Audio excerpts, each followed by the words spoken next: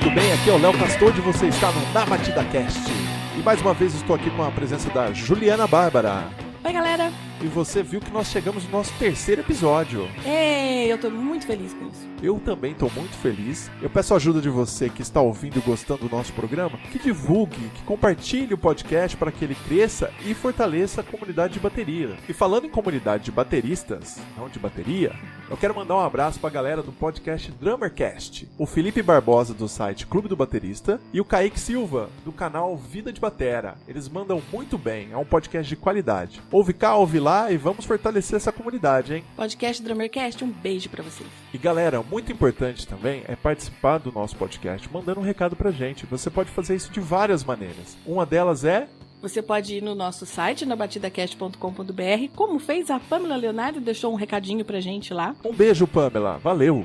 Outra é pelo Facebook, na Batida Cast, e deixar um recado lá no post. Ou ainda, você pode entrar no nosso perfil no Instagram, no Insta, na BatidaCast, ou pelo Twitter, na BatidaCast. A gente é na BatidaCast em todo lugar. É isso aí, tem até no Google Plus. Se você usa o Google Plus, pode mandar mensagem pra gente que chega. Além disso tudo, pode mandar uma mensagem também por e-mail. Ninguém mandou e-mail pra gente ainda. Olha, o pessoal do Google mandou aí um recado agradecendo que a gente criou a conta e tal, mas só isso. Então eu vou fazer um desafio. Se a gente receber um e-mail agora desse episódio 3, vai ter mamilos no Instagram. Vai ter mamilos?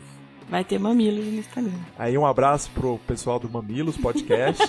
A gente vai fazer um post divulgando aí o trabalho de vocês. Não, eu não tinha dito de quem era o Mamilos. Agora a galera não vai mandar e-mail. Não, vamos deixar no ar a surpresa. Faça acontecer e vamos ver o que dá, né? Algum mamilo vai ter lá. Isso aí. E para mandar um e-mail para nós é nabatidacast@gmail.com.br. E ganha um mamilo. E ganha um mamilo.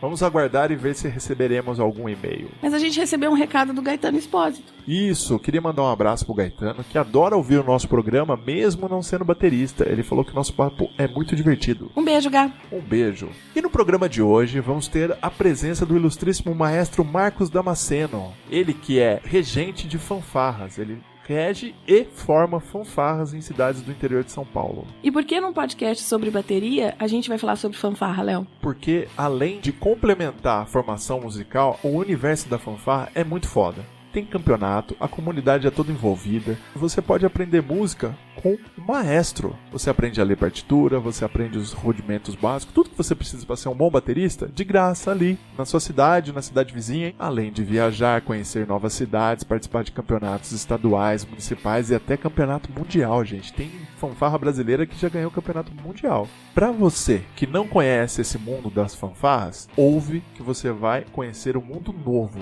E para você que já participou, como eu, de uma fanfarra, ouve, porque você vai se emocionar. Eu me emocionei, graças aí à ajuda da dona Juliana na edição. Muito obrigada. E um convidado que contou histórias maravilhosas, falou de exemplos de músicos, enfim. Ficou muito legal e eu quero saber depois a opinião de vocês. É isso aí, um abraço para todo mundo e baquetadas para todo lado.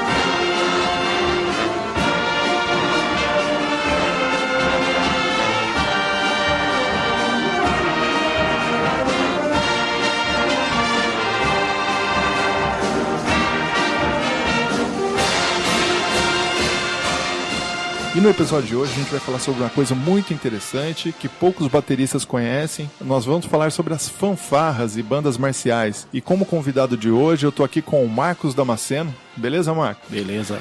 Fanfarras no Brasil, como que funciona? É só pra tocar em feriado? É só pra tocar em festas na cidade? Como que é esse mundo, assim, pra quem não conhece? Primeiro, não é boa noite, não é bom dia, não é boa tarde. Tanto faz. É um olá. esse é um mundo antigo aqui no Brasil, que foi muito bem explorado, principalmente na época da ditadura aqui, onde os militares, havia uma exigência nas escolas de que houvessem bandas e fanfarras para esse movimento tocar no 7 de setembro, tocar em eventos cívicos e tal, assim, mas, ao mesmo tempo, na época, algumas empresas, inclusive a TV Record lá e a Rádio Record, fazia aquele campeonato na Avenida São João, que todo mundo conhecia, o famoso campeonato da Record de bandas e fanfarras, que vinham bandas e fanfarras do Brasil todo tocar na Avenida São João. Esse concurso durava praticamente 6 meses, porque era o Brasil todo vindo, então todo final de semana fechava a Avenida São João, essas bandas desciam tocando ali, e os jurados iam eliminando e que iam se classificando para as outras eliminatórias até chegar numa final. Era por eliminatória, né? E era uma coisa maravilhosa, porque aquilo ali, na verdade, hoje um concurso moderno de bandas de fanfarra consegue atrair por volta de 30, 40, 50 bandas, né? Naquela época a coisa passava de 500, 600, entendeu?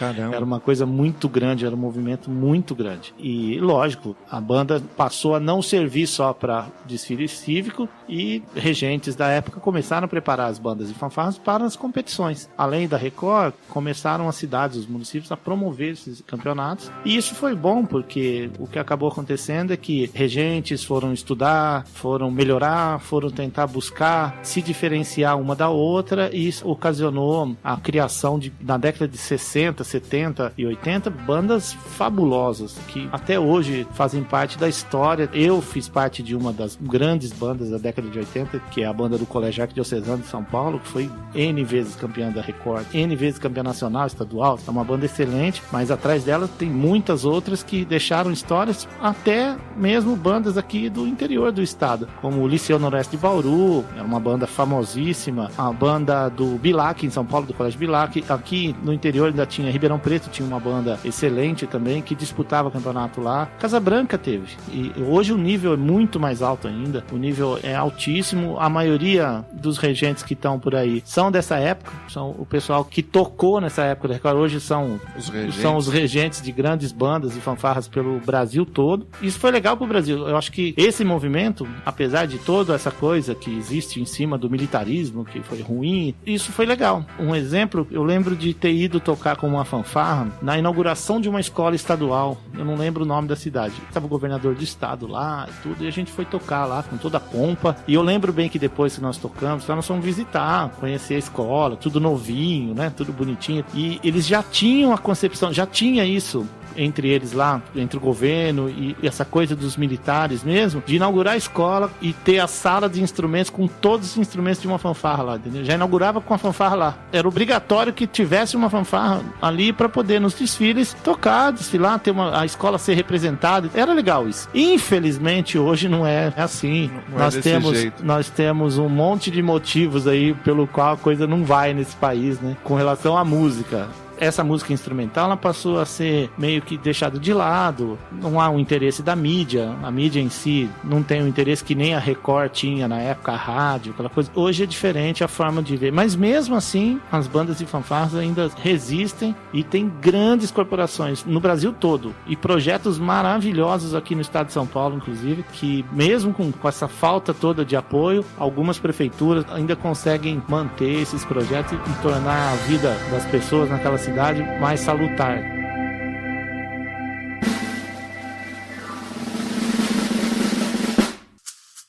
Só fanfarra é muito abrangente, né? Porque existem algumas categorias de fanfarra, né? Tem de um pisto, tem marcial, como que funciona? Na realidade, na década de 60, houve essa necessidade, até por causa do concurso da Rádio Record mesmo, a quantidade era muito grande e a variação instrumental era maior ainda entre essas corporações. Então eles acabaram criando as categorias. E essas categorias ainda foram divididas entre infantil, infanto-juvenil, juvenil e sênior, que eram todas as idades. E aí, isso foi tomando um formato onde eles precisavam subdividir essas categorias até para premiar. E foi aonde surgiu as fanfarras simples, que eram fanfarras simples, fanfarras com um pisto, que são cornetas de uma válvula, né? Como se fosse um trompete, mas com uma válvula só, com um pisto só. Que vai aumentar a capacidade de nota, né? Dobra uma corneta, né? De uma corneta ela vira duas. Depois as bandas marciais e, por fim, as bandas musicais. Que o que diferia a banda marcial da banda musical é que banda marcial marcial não utiliza instrumentos de palheta. Saxofone, clarineta, a família das madeiras lá toda não é usada na banda marcial. A banda marcial utiliza só os metais. Tuba, trombone, trompete, né? Bombardino.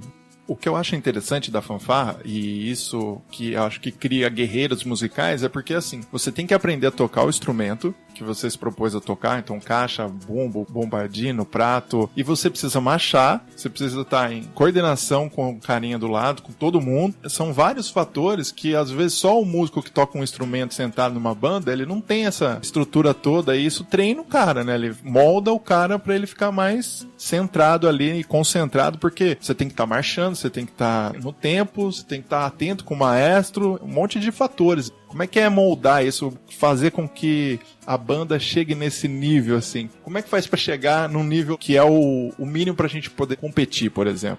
Pra você fazer a coisa andar, a princípio, você tem que ganhar o aluno, cara. Eu acho que a primeira coisa, o cara tem que estar lá porque ele gosta, até porque ele não é obrigado. Ele vai lá, procura aquilo lá porque ele tem algum interesse em tocar algum instrumento e aprender a tocar um instrumento musical. Muitas vezes nem ele, o pai, a mãe que quer. O pai e a mãe gostam, manda o filho lá e ele vai. Aí, a partir dali, você tem que trabalhar essa coisa dele entender que a partir da hora que ele entrou pra dentro daquela banda ali, que ele tá ali dentro ensaiando, ele faz parte de um conjunto, ele é uma peça de um motor que vai ser dada a partida, e aí entra essa coisa da marcha, do tocar o instrumento, da coordenação. Como se tratam hoje, a maioria das vezes, de crianças e adolescentes, é fácil trabalhar a cabeça dele. O grande lance é colocar na cabeça do cara a importância dele ali, como peça daquele motor, e ele entender a importância do todo. E a partir da hora que ele sair dali, que ele for para um campeonato de banda, que ele sentiu que é um campeonato de banda mesmo, quando ele voltar, ele já volta modificado, já volta querendo mais, em fazer mais, dar mais. Ele mesmo vai se cobrar. Eu lembro que na primeira viagem que eu fui, eu faço parte de um negócio da hora, entendeu? É um esquema maior do que só ensaiar todo sábado e domingo, ficar aqui marchando, ficar passando música. Você percebe que o negócio é mundial, né? Então,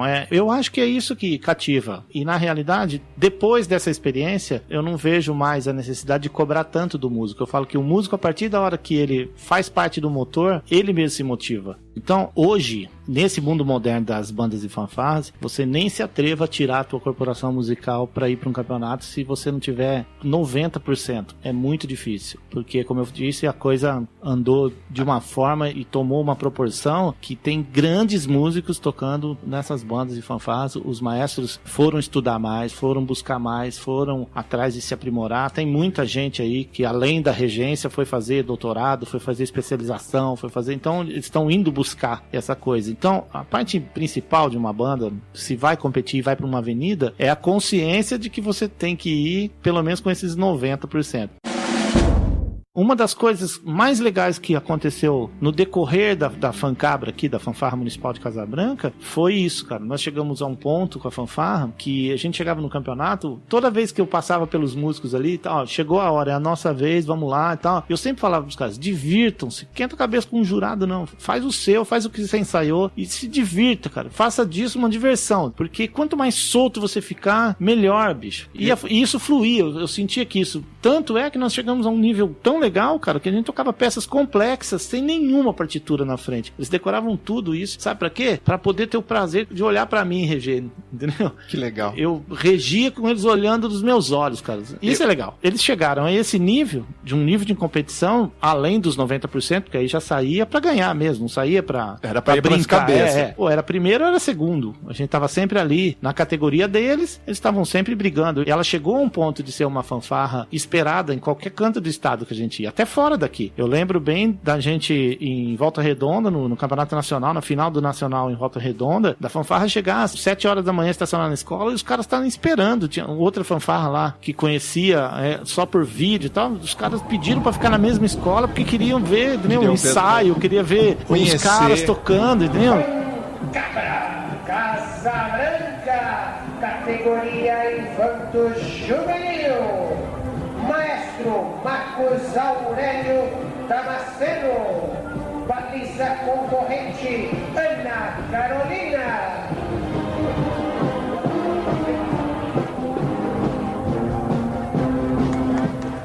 E eu lembro que eu tava lá atrás, que eu toquei caixa, depois toquei bumbo um tempo, e eu lembro que o próprio pessoal da percussão, que teoricamente não deveria entender muito da parte harmônica, de sopro, tudo, os caras sacavam quando fulano errava, quando ciclano errava. Eu lembro de comentar, pô, fulano tá dando a nota errada de novo. Os próprios alunos começaram a se cobrar, né, cara? Justo, né? É o que eu te falei, a partir da hora que você se sente parte do motor, você cobra. Então, o que eu sempre falei pro aluno é que não é que você não pode falhar, que você não deve, ninguém é perfeito. Não sei se você se lembra de um menino de Palmeiras, o Helder, que era um garotinho, era um molequinho.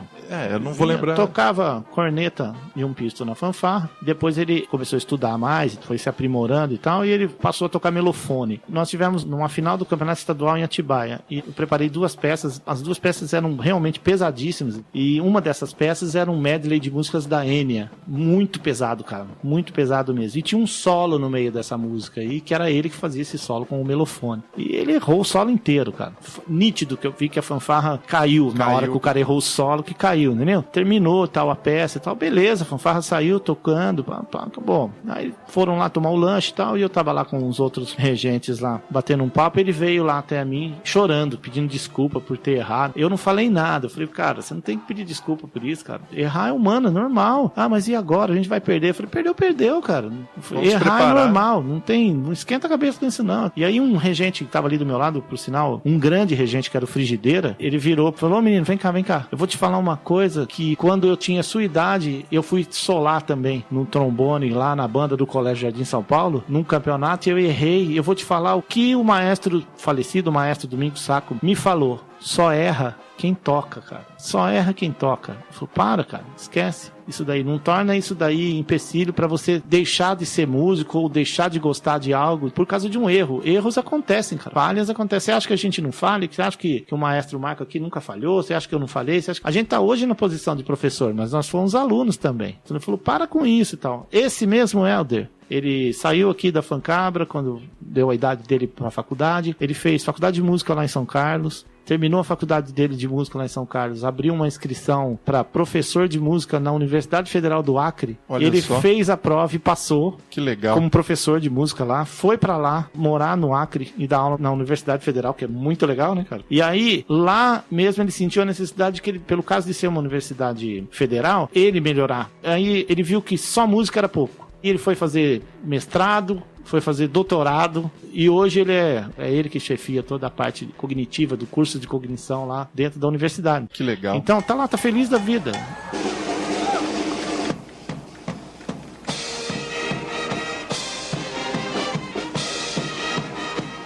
Não todos aqui vão virar músico, entendeu? 1% tá bom já. Esse 1% é você, é o que você falou do Guto, o Saulo, o Pedro, cara. O Rato, o Pedro, não, o Rato. O Pedro Vercelino, né? isso. O Pedrinho Vercelino, que puta músico hoje. A gente vai convidar ele pra vir aqui pra então, tomar. É um puta músico. Pra mim ele é motivo de orgulho mesmo, porque eu lembro dele chegando Ratinho mesmo lá. É, o apelido dele.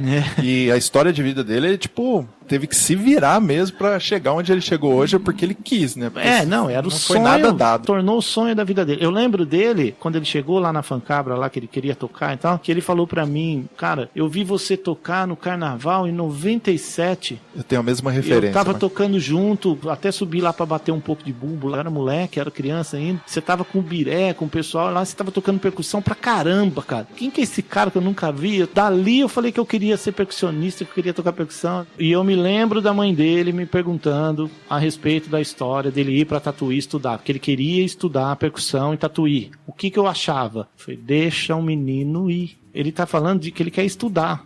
Deixa ele estudar. É uma palavra difícil de ser usada hoje, né? Do menino quer estudar, tá pedindo pra estudar, né? Deixa o menino estudar, mas ele vai lá, deixa ele se virar, ele vai se virar. Se é o que ele gosta, que ele ama, ele vai dar um jeito. E ele deu. Deu. Se formou, foi lá pro Egito, fez lá um curso de Derbach, lá aprendeu a percussão oriental lá, trouxe essa percussão pra cá. Não contente, foi fazer percussão sinfônica também. Então, ele toca tudo de percussão. É um cara que tá no meio, tem um grupo muito bom que ele tá tocando, o pessoal que faz MPB, uns caras que fazem um puta som. Pergunta se ele não tá feliz da vida.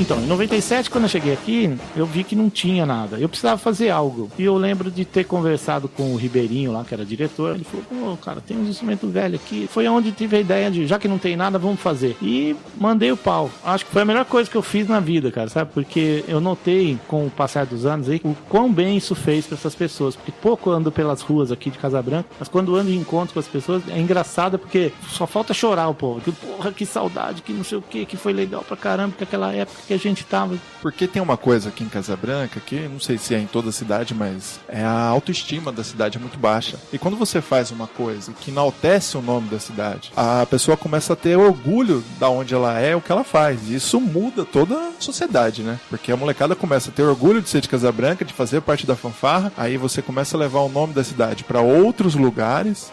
E a própria cidade em si, né? Porque, graças a Deus, além de toda a parte musical, nós tivemos essa parte social. Eu lembro do desfile, o último que a fanfarra fez aqui, foi um aglomerado na rua que até eu assustei, cara, a ponto de ter que pedir licença no microfone pro povo dar licença, porque senão não passa. Não, senão não ia nem conseguir parar pra formar, pra tocar, muito legal. E eu lembro que cada vez que a fanfarra se apresentava aqui na cidade, no próximo ensaio tinha lá 10, 15, 20 moleque novo querendo aprender. Então, isso era legal. É uma pena isso ter parado, mas ela era esperada. Isso é o que eu acho que marcou muito pra eles, pra quem foi, quem fez parte. Porque não só os campeonatos, as viagens eram muito divertidas, a gente tava sempre em viagem. Eu lembro que no auge dela mesmo, assim, apresentações eram praticamente quase todo final de semana. Eu lembro de uma época de aluno que chegar pra mim e falou, professor, a gente vai tocar semana que vem? Eu falei, cara, não sei, mas parece que tem lá na gente. Putz, o que foi? Nossa, cara, minha mãe tá reclamando, já faz uns 4 meses que eu não almoço de domingo em casa, a gente tá indo tocar direto, sabe assim? Eu falei, pô, eu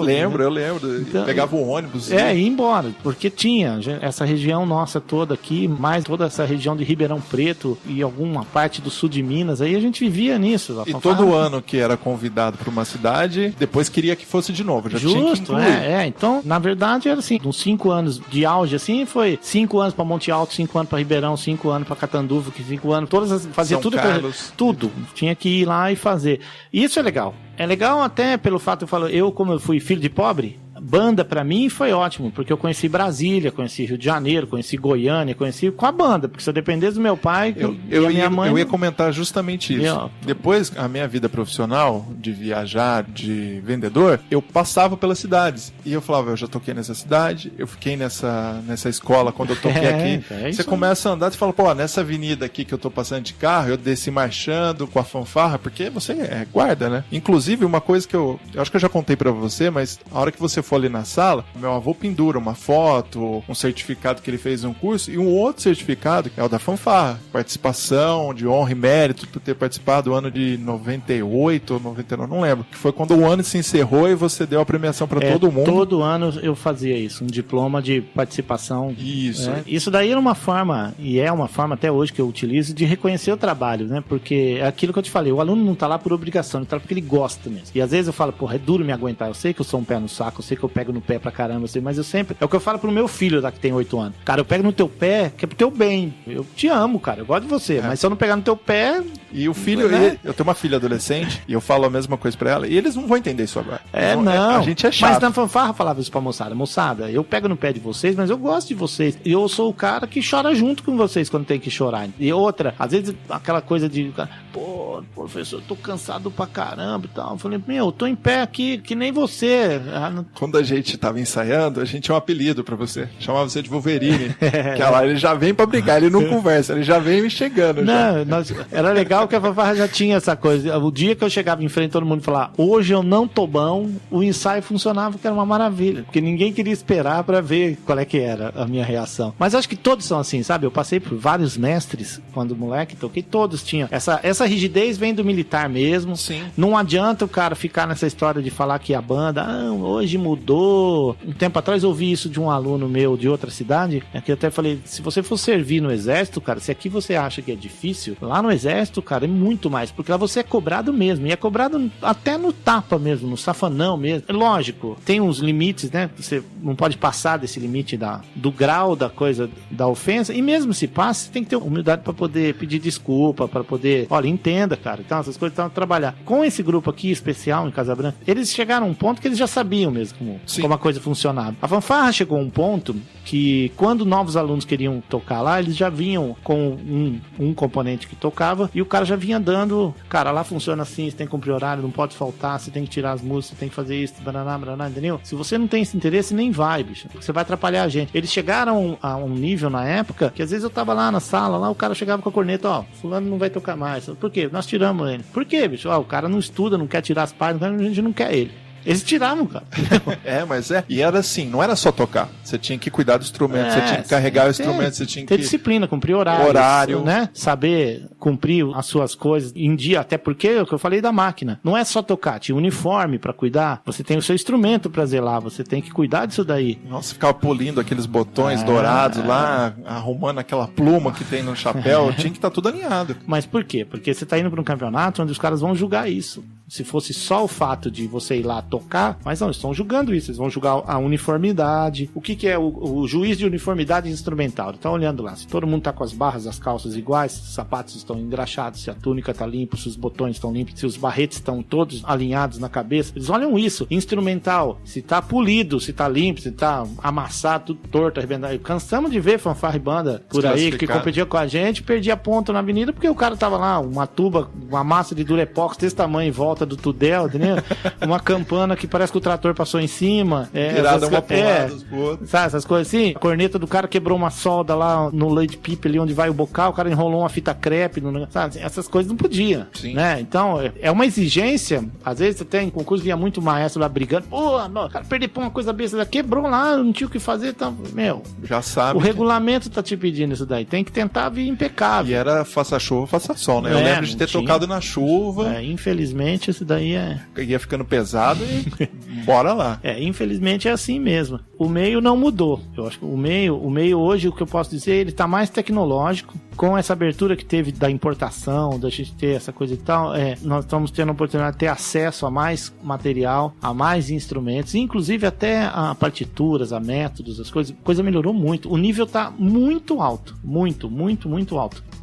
E eu queria fazer um paralelo para quem está interessado em bateria, porque que é importante se tiver a oportunidade de participar. Eu vou dar minha experiência pessoal, por quê? Porque foi lá que eu aprendi rudimento, coordenação motora, você conseguir vários elementos, como prestar atenção na regência, prestar atenção no amigo, a ponto de o cara que tá tocando do outro lado perder uma baqueta, você dá a sua baqueta para ele, porque ele vai fazer a virada seguinte e você tá só marcando na caixa. É esse grau de comprometimento. Falou, pô, o cara perdeu a baqueta, eu já dou a minha para ele, eu vou ficar sem baqueta, não tem problema, porque eu tô só fazendo a marcação. Os outros 3 me cobrem e o cara que ia fazer a virada ali não perde. Então, acho que você vai se lembrar disso, que eu sempre falava lá dentro pro pessoal da percussão. Vocês são uma bateria. Isso, exatamente. Qual é o lance aqui de vocês? Vocês vão ter que, esses 4 bumbas, essas 4 caixas, esses 4 pratos aí, vão ter que ser um unissono. Aí já tá o desafio. Né? O desafio de conseguir coordenar em 12 caras na percussão, tocando com um som só, e esse som ficar único, que é diferente da bateria. Bateria você sentou, você tem o bumbo ali, e chimbal, é você sozinho. Né? Tá, e é você tocando. Agora você tá fazendo a parte da caixa, o outro tá fazendo a parte do bumbo, o outro tá fazendo a parte de prato lá. E tem os tambores lá, os quadritons hoje que usam, então que estão fazendo as viradas. Então você tá tocando só um instrumento, mas você tá sendo o conjunto desse instrumento.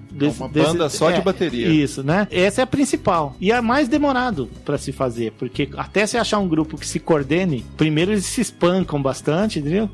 Até eles se coordenar, depois eles se coordenam, aí coordenou, vai. Eu lembro do Samba Lelê, que fazia que tinha que fazer tum-tum, todo mundo junto, e era 4 bumbos, um em cada tempo. Então, mas até essa história do ritmo entrar. Quando você estuda na bateria, você vai ter a dificuldade da coordenação das peças, não é? Você vai, se você tiver que tocar o bumbo, o chimbal e a caixa, você vai... Tem que se virar ali. Ali você vai errar ou o bumbo, ou a caixa, ou o chimbal, a batida, porque você está tocando os 3 ao mesmo tempo. No caso ali é a mesma coisa, só precisam se ligar na história que eu falei da máquina, se tornar um. O pessoal do sopro lá, o pessoal pessoal dos metais, eles também se ligavam nos naipes deles. Eles sabiam quem era primeira, segunda e terceira, o que eles tinham que fazer, e a importância de ser primeiro, segundo e terceiro, porque às vezes sempre falava pro cara, falou, pô, então por que eu tenho que ser terceira? Eu falei, porque não tem acorde sem 3 notas, cara. Eu preciso de 3 notas, né? Sim, faz parte. Ué, eu preciso ter um acorde. Você já viu um acorde com 2 notas? Vamos fazer um acorde de uma nota. Uma nota só. Eu falei, é uníssono. Pra fazer um acorde eu preciso de 3.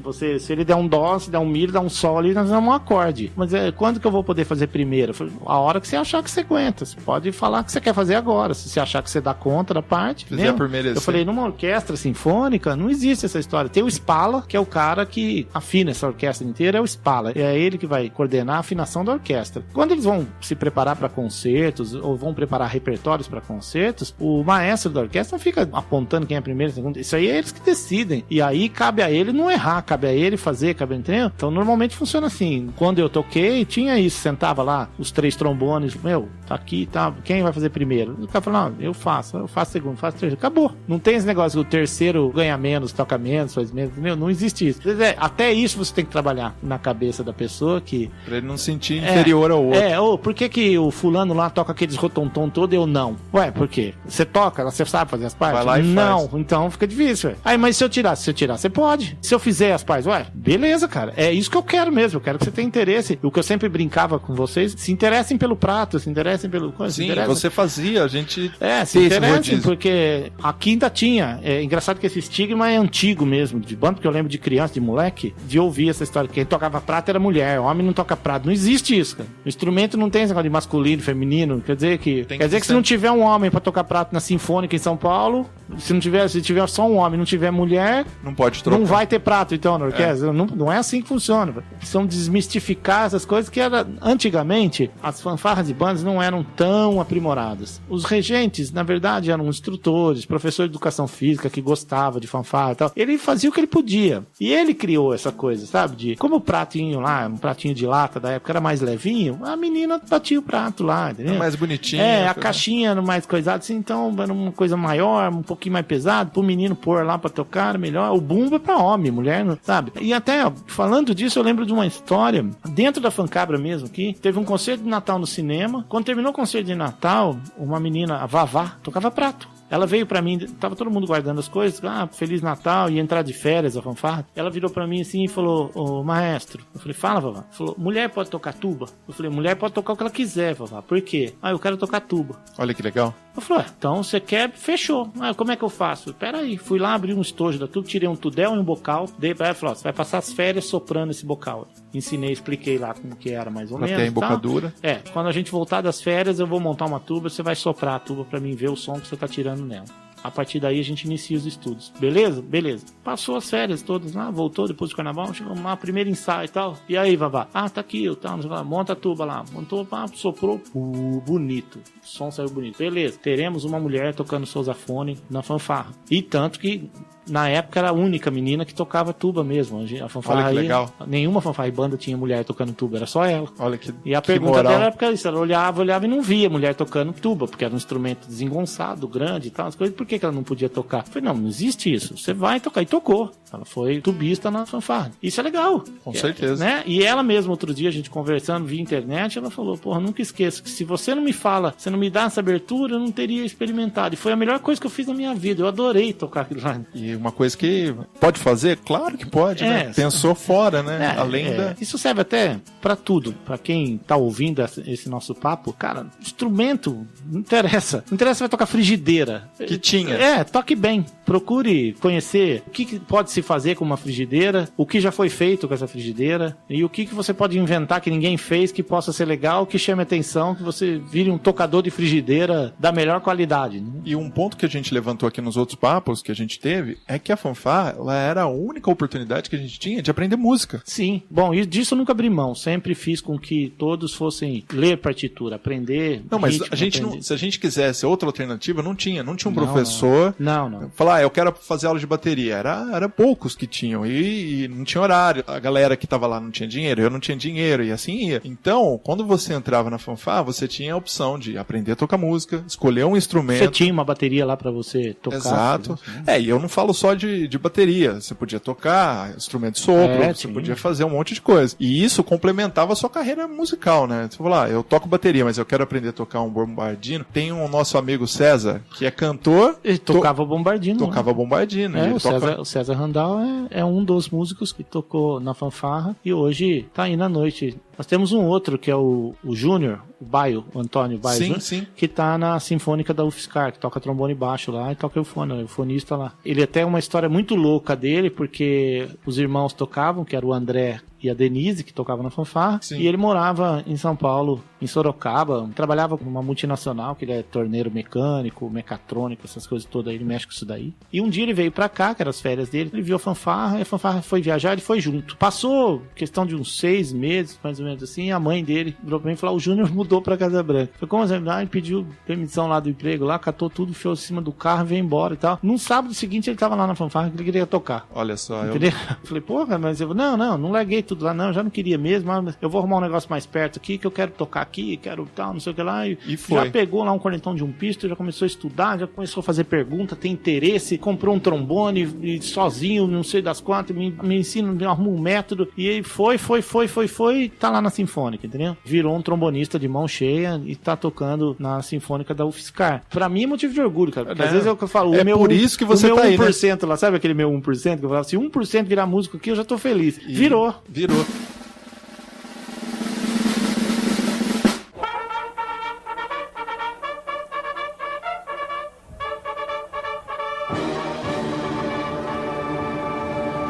Hoje tem o Pedrinho Rezende que dá uma bela aula de música pra molecado. Procuram mais pro rock, né? Como ele faz, as coisas, mas ele sabe que vai além, né? Mas ele é menos aluno, né? É menos. Procura é menor. É menor. Quem tá ali é porque já tem aquela bandinha de garagem que ele quer fazer alguma coisa. Eu lembro do Saulo, que ele começou barulhento lá, fazendo barulho, que tinha uma banda legal. O sonho dele era ser o Nico McBride. Eu lembro de um ensaio que a gente tava treinando uma virada no Rotontom, fazia virada, atacava o prato e entrava a banda. Vai, o Saulo faz, o Saulo fazia. Não, agora vai o Léo, agora vai o Gu, ia passando. E você falava assim, vocês estão achando que isso aqui é uma banda de rock? Vocês estão achando que isso aqui é o quê? Vocês estão tocando na garagem de vocês? E aí a gente tirou no tom, porque você não queria que ficasse muito alto, você queria que tivesse uma sonoridade limpa e um kick legal. Né? Isso. Aí conseguimos, fechou, beleza. Aí a hora que você abriu o ensaio, que a banda toca sozinha e você fica passeando, né? Você chegou perto da gente, catou as baquetas, começou a tocar, falou, cara, esse arranjo aqui, ó, é Iron Maiden puro. Só pra zoar a gente, porque a gente tava fazendo. Você falou, isso aqui, ó, essas aberturas de prata aqui, ó, é Nico McBride, cara, essas viradas aqui, ó. Era mais pra zoar o Saulo, né? Era mais pra zoar, porque você tinha pegado no nosso pé. Então, mas eu lembro disso do Saulo, porque eu cheguei na casa dele, aquele monte de pôster do Iron Maiden. Não que eu, curto, cara, eu gosto de rock pra caramba. Eu sou da melhor fase do Iron Maiden. Sim. Eu peguei a melhor fase, então eu sou um roqueiro nato, gosto muito de rock progressivo, por sinal. Eu acho que a música instrumental, esse lado que eu trabalho, que é o lado da música instrumental, ela te dá uma gama de abertura para você buscar mais campos. Aí é o que eu falo, é o que o Rato buscou. O Pedro, ele queria mesmo, porque era o sonho dele. O Randall, o Cezinho, ele já no ônibus da fanfarra, a gente viajando, ele já levava o violãozinho velho de lá e já riscava uns Legião Urbana. Mas lá, a musicalidade dele Eu lembro dele que ele levou um violão uma vez, a gente tava saindo pra um concurso, acho que a gente tava indo pra Cidade Ademar e tal, e ele levou um violãozinho, e aí ele sentado lá e tava o meu irmão junto no ônibus, né? Brincando lá, falei, dá esse violão aqui, dá aquele violão. Você sabe tocar, professor? Dá esse violão aqui. Aí eu cantei uma moda antiga com o meu irmão, assim, porra, que legal, ele faz segunda, você faz primeira, com dupla, né? Porra, legal pra caramba. E ele falou, é meu sonho, cara, eu quero cantar, meu pai e tal tocou, eu queria tocar. Eu falei, não fala queria, quero, vai embora, você quer, vai, manda o pau. E essa história, fora da música, o Matheus Ceará, todo mundo conhece daqui, né? De fazer comédia stand-up. Olha que legal. E eu falei pra ele, porra, e o que te impede? Não, cara, o que você acha? Então eu vou te trazer um DVD de um show que eu fiz ali em Itobi, no salão paroquial ali e tal. Queria que você assistisse e você me fala o que você acha. Eu levei esse DVD embora que ele trouxe. Ele tirou uma cópia, assisti em casa, salão paroquial da igreja de Itobi, contando um monte de piada suja. Sabe? Um monte de piada. Falei, pô, né, o povo riu. Falei, é por aí. Segue o caminho. Eu falei, o que você quer? Ele falou, não, cara, eu queria... Manda bala. Faça. Só existe uma forma de dar errado. É você não fazer.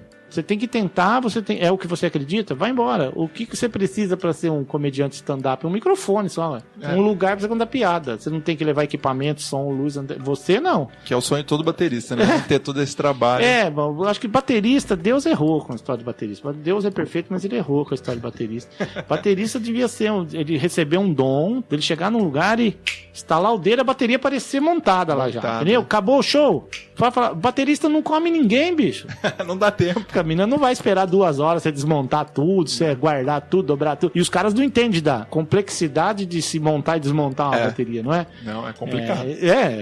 O lugar que eu mais gostei na minha vida de tocar bateria foi em banda de baile, porque aí eu tinha hold, entendeu? Eu chegava lá, o cara até o som ele passava pra mim, então... Você só chegava e tocava. Meu trabalho era pôr meu microfoninho lá, tipo Roupa Nova lá, entendeu? Eu sentava na bateria, eu fazia vocal, cantava umas Gal Costa, cantava uma TT Espíndola, cantava uma Joana, cantava porque eu imitava todas essas coisas, era meio... Porra louca. E fazia isso aí, na época essas músicas... Bombando. Era Gal, era Betânia, esse povo tudo fazendo sucesso, só que terminava o baile ali... Acabou, minha parte já fiz, vou embora. Até o hold que os caras que iam desmontar, eu lembro até o primeiro baile que eu fiz na vida, eu tava lá ajudando o cara ainda a desmontar, o dono da banda lá falou, porra, bicho, vambora, caramba. Eu falei, não, tô ajudando aqui, deixa o cara, pô, ele é pago pra isso, pô, ele tá ganhando pra isso daí, é a vida dele, cara. A cabeça até explode, né? Falou louco. Eu falei, você tá falando sério? Tá, tchau, vida. Nunca mais eu monto essa merda, nunca mais eu quero saber. Você fica, nossa, você se sente, fala, agora eu tô no céu, cara. Chego aqui, a bateria tá passada, até o som tá passado, tá tudo certinho. O cara, na época, é meio holder, né? Então eu lá montava a bateria e já gravava tudo, as posições, as memórias, tudo certinho, não tinha erro. Ele montava, punha os microfones, então, microfonava, passava o som, acabou. Chegava lá, era pá, pum, baile. Entendeu? Ele tocava o baile inteiro. Era legal isso, cara. Com certeza.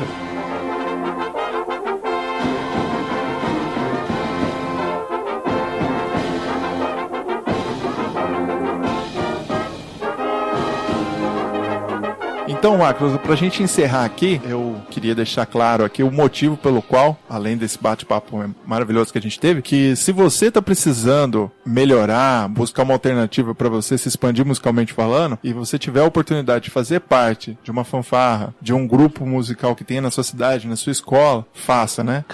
É porque é uma época que não volta. Eu tinha essa idade, eu não fazia nada. Sábado e domingo eu tava lá, e meus amigos ficavam me dizendo, pô, você vai ficar marchando? A gente passava a tarde marchando. Tinha dia que só treinava marcha, não pegava nem instrumento. Ficava todo mundo lá em posição, marchando e errando e voltando. E os caras, a gente podia estar jogando bola, a gente podia estar fazendo isso, aquilo. Mas depois, ao longo do tempo, você fala, pô, ainda bem que eu fiquei aquele sábado marchando, ainda bem que eu fiz o que eu fiz, porque é só a boa lembrança que fica, né? Então, mas é por aí. Eu acho que se você tem a oportunidade, primeira coisa, se você tem a oportunidade gratuita de aprender a tocar um instrumento musical, seja ele de percussão, seja ele um instrumento de sopro, seja ele um instrumento de corda, é grátis, aproveita, porra. Entendeu? Nós moramos aqui no interior. O interior é desprovido, inclusive, desses eventos. A gente não tem esses eventos. Não tem. Quando tem, chove. Aqui até quando tem, chove. Quando tem, não vai ninguém. Ainda não vai ninguém. Não vamos nem entrar nesse mérito, né? Também tem isso. Eu tive, não sei se você lembra, eu tive a oportunidade de trazer pra Casa Branca campeonatos de fanfarras e bandas. Eu lembro. Não é? Então, isso é legal. A cidade toda, porra, que isso é legal. Então, mas não, você tem que quase ir buscar o cara em casa pro cara ir ver. A oportunidade, você abraça. Tenta. Muitas vezes eu vi aluno chegar lá, olha, eu quero tocar tal coisa, tal, beleza. Aí o cara tá lá 15 dias, ele vem lá, eu vou sair, cara, porque é muito difícil, não consigo aprender. Mas o que você quer aprender em 15 dias, cara? Essa ansiedade, né? O que você quer em 15 dias? 15 dias você não aprende mesmo nada, cara. Eu comecei com 7 anos de idade, eu fui tocar. Eu subi num palco pra tocar meu trombone de vara com 14 anos pra fazer um carnaval já, entendeu? Isso foi 7 anos depois, velho. 7 anos ralando, né? Eu procuro trabalhar métodos, eu procuro trabalhar de uma forma que o cara primeiro vai gostar de música, de tocar, pra depois ele mesmo se cobrar que ele precisa estudar e ser melhor, entendeu? Que é o caso que a gente fez com a Fancabra. Então aproveita, cara. Se o cara pode, se você tiver essa oportunidade, você falou, vamos lá, podia estar lá jogando bola, você tá aí e tal. Tá, um dia que eu tô aqui, dá pra jogar bola os outros dias também, não dá? Dá pra... Eu nem gostava de bola, na verdade, né? Eu gostava de tocar bateria, então tava feliz. Eu tava feliz. Hoje, nos tempos modernos, o que eu reclamo muito por aí é que eu perco alunos nas cidades pra outra banda, entendeu? Eu começo o trabalho com uma banda e aí eu perco o aluno às vezes pra outra banda. E até outro dia em São Simão eu falei isso e o cara falou, mas tem outra banda aqui na cidade? Ele falou, tem, você não sabia? Ele falou, tem, mas que aonde que tem? Eu falei, a banda larga.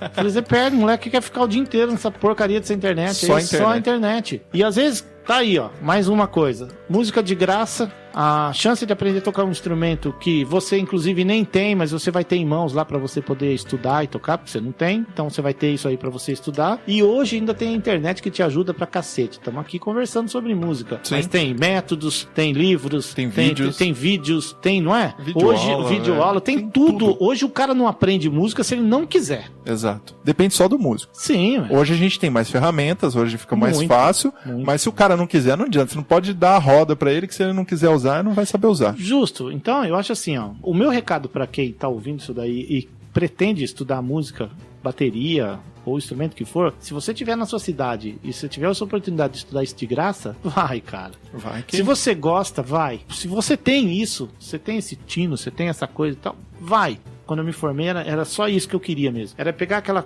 pedra bruta ali, aquela pessoa nua e crua, sem nada, que não sabia nada, dar algo pra esse cara, fazer o cara ter interesse, aí eu vou caminhar com ele até perto da ladeira da cultura lá, sabe? A ladeira da cultura. Falar, essa é a ladeira da cultura, você tá vendo? Eu meto o pé na bunda dele, pra ele rolar naquela ladeira e ir embora, entendeu? Ele não precisa voltar. Ele vai embora, rola aí, meu filho. Eu não vou. Eu vim de lá, eu subi a ladeira. Me jogaram aí também, entendeu? Então eu vou te jogar nessa ladeira aí, você vai rolar aí, você vai se esfolar inteiro, você vai se fuder pra cacete.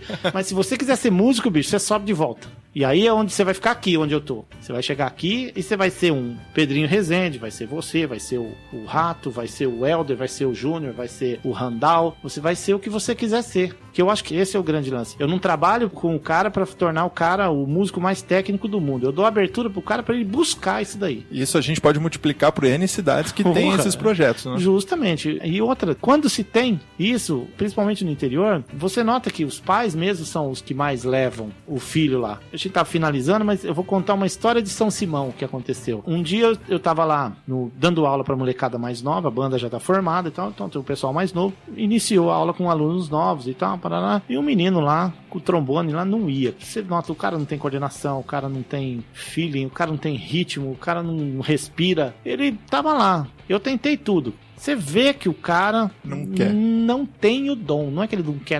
Não, ele não conseguia. Não vai. Aquilo, bicho. Aí eu virei pro cara e falei, você não curte isso aqui não, né, cara? Aí ele falou, professor, na verdade eu tô vindo aqui porque meu pai quer. Eu falei, não, cara, você tem que vir aqui porque você quer. Mas eu gosto de futebol, professor. Meu negócio é gosto de bola, gosto de jogar bola. Eu não curto isso aqui não. Eu tô vindo porque meu pai. Então eu falei, então você faz o seguinte, guarda esse trombone aí, toca aí. Tchau, velho. Vai nessa. Vai jogar bola. Eu falei, vai jogar bola. Você curte mesmo, cara? Vai fundo, hein? Jogar bola também, ó. Técnica, tem que preparo, tudo. É igual aqui. Vai ter que fazer aquecimento, igual faz aqui no instrumento. Só você vai fazer aquecimento físico. Beleza? Ele foi embora. De tarde chegou o pai do moleque. Brabo, rapaz.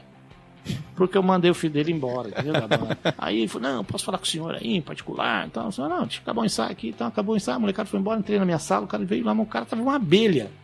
Porque eu mandei o filho dele embora. Eu falei, cara, seu filho não tem o dom pra música, cara. Ele não quer tocar. Ele curte futebol. E ele falou que ele joga futebol pra... Não, futebol ele joga pra caramba mesmo. Moleque, eu falei, você tá botando... Tá perdendo tempo. Vai botar esse moleque aí pra jogar numa equipe. Vai que vira aí um jogador aí. Isso aí dá grana hoje, porra. Mais do que tocar trombone, eu falei, porra. Não é? Com certeza. Falei, isso dá grana, porra. Aí ele falou, não, cara, mas são sonhos que eu sempre tive. Eu sempre quis tocar trombone, porque quando e tal, meu avô, mas não sei das quantas. E eu, poxa, né? Pô, eu falei, olha, cara, vamos fazer uma coisa, bicho. Na real, você tá transferindo a sua frustração pro teu filho, cara. Exato. Entendeu? Você curte trombone? O cara falou, cara, eu acho um instrumento maravilhoso. Então vem tocar você na banda, pô. Eu ia perguntar se você aí fez falou, essa proposta. Mas e a molecada? Eu falei, que molecada, cara? Aqui não tem negócio de molecada, não. É pra qualquer idade. Você quer tocar, vem. Tá lá, bicho. Toca trombone lá, o cara. Né? Olha que legal. Eu falei, você tá marcando, se você gosta. Ué. Eu falei, vai ser de graça como é pros outros, como é pra você, mas eu trabalho. Então, a gente ajeita um horário que você pode vir aí, você vem aí, senta aí, não vamos tirar as coisas aí, você vai aprender a tocar e acabou. Tá lá, bicho, é trombonista, toca trombone. Olha que legal. E legal. toca feliz e legal, melhorou até com a patroa. Sabe, o cara fala, melhorei até com a patroa. Vai, que bom, tá vendo? Já é trombone de vara, é inspirante mesmo, né? Então, né? É por aí.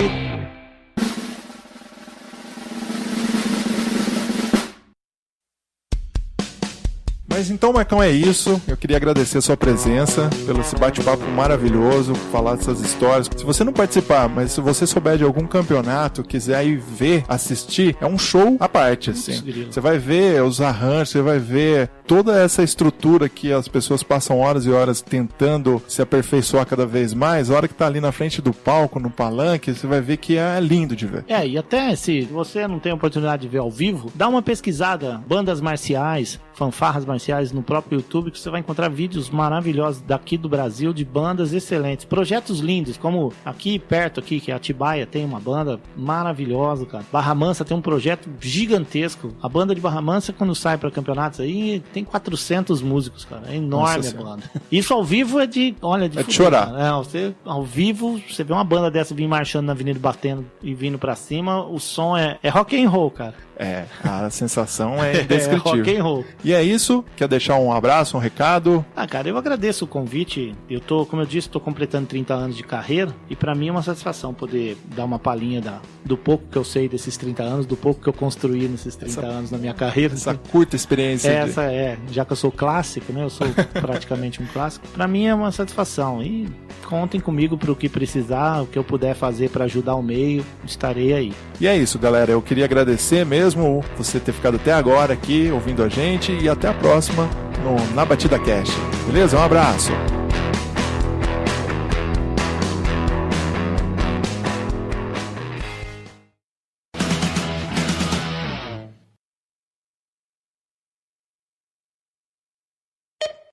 Se você que é dono de um estabelecimento e tá me ouvindo agora, pague os músicos, meu filho. Faz isso que você tá fazendo, não, que seus cachezinhos tá... Eu não precisa pagar 100 mil, mas tem que pagar, bicho. Música é trabalho, porra. Você tem que encarar isso. O dono da casa lá não tá ganhando dinheiro dele, não tá vendendo o produto dele, e as pessoas estão indo lá na casa consumir o produto dele e ouvir música. E às vezes o cara não vê o custo, né? Porque eu falo, um baterista sabe quanto custa um prato, um par de baqueta, pele, quanto custa um pedal de bumbo bom, quanto custa... Não é? Ele sabe. O cara que tá te contratando não sabe. Então eu acho que essa valorização tem que existir. E quem se valoriza é o músico.